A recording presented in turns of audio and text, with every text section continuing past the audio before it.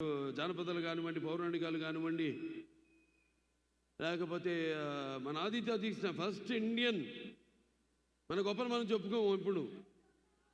ఇప్పుడు వస్తున్న టెక్నిక్ వీళ్ళు ఎక్కడ ప్రస్తావన లేదు ఆ సినిమా గురించి. చేయబోతున్నాను దాని సీక్వెల్ కూడా అతి త్వరలో. ఫస్ట్ ఇండియన్ సోషియో ఫ్యాంటసీ చేసింది మన తెలుగు వాళ్ళు అని యావత్ భారతదేశం గర్వపడాల్సింది. అటువంటిది చాలామంది తెలియదు ఆ సినిమా గురించి, వేరే భాష వాళ్ళకి.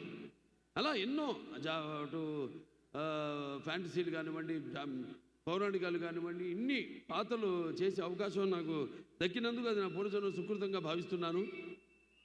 అలాగే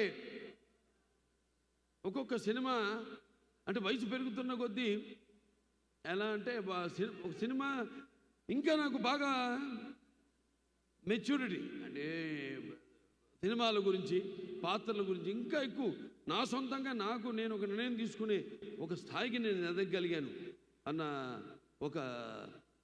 అది ఒక దృఢ సంకల్పం, ఒక విశ్వాసం, నమ్మకం నా మీద నాకు కలిగింది. ఇప్పుడు ఇవాళ ఒక అఖండ సినిమా అయితేనేమి, లేకపోతే ఒక వీరసింహారెడ్డి అయితేనేమి, ఒక నేలకొండ భగవంత్ కేసరి అయితేనేమి, ఇవన్నీ కూడా 3 సినిమాలు.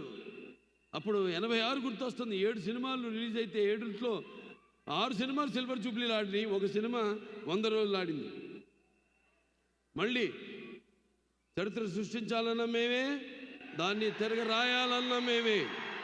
మళ్ళీ వస్తా, మళ్ళీ జాప్యం లేకుండా. ఎందుకంటే ఒక అవకాశం ఇచ్చాడు. అందరూ 2వ ఇన్నింగ్స్ అంటారు. అది ఎప్పుడు ఏదో ఒక రిటైర్ అయిపోయినా కొంచెం దారి మార్చుకుని మళ్ళించుకుని ఏదో క్యారెక్టర్ ఆర్టిస్ట్ గానో లేకపోతే అది కానీ అట్టా కాకుండా ఇవాళ నాకు వచ్చిన ఈ అవకాశం అది నా 2వ ఇన్నింగ్స్గా తీసుకుని ఈ యొక్క 3 సినిమాలు విజయం దొరత మనకు 3 సార్లు మన అక్కడ హిందూపురం ఎమ్మెల్యేగా గెలిచినందుకు నా హిందూపురం ప్రజలందరికీ కూడా నా ధన్యవాదాలు తెలియజేసుకుంటూ ఇక 2వ ఇన్నింగ్స్ ఇక్కడి నుంచి మొదలైందని మీ అందరికీ తెలియజేసుకుంటున్నాను. నా క్యాన్సర్ హాస్పిటల్ ఉంది.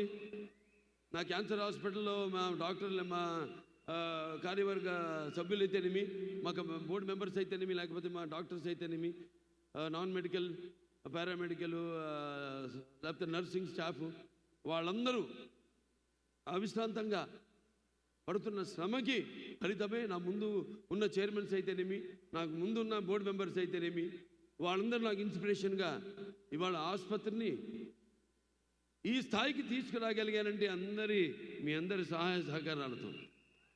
నేను ఇప్పుడు ఇక్కడికి చాలాసార్లు రావడం జరిగింది అమెరికాకి ఫండ్ రైజర్స్కి. మాకు ఇక్కడ అయాకో ఉంది, ఇండియన్ అమెరికన్ క్యాన్సర్ ఆర్గనైజేషను.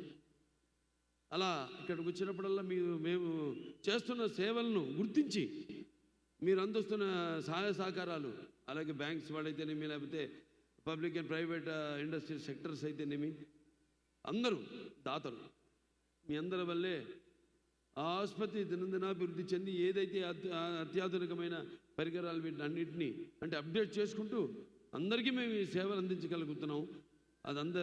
అది మీ అందరి యొక్క సహాయ సహకారాలు ఉండబట్టే తప్ప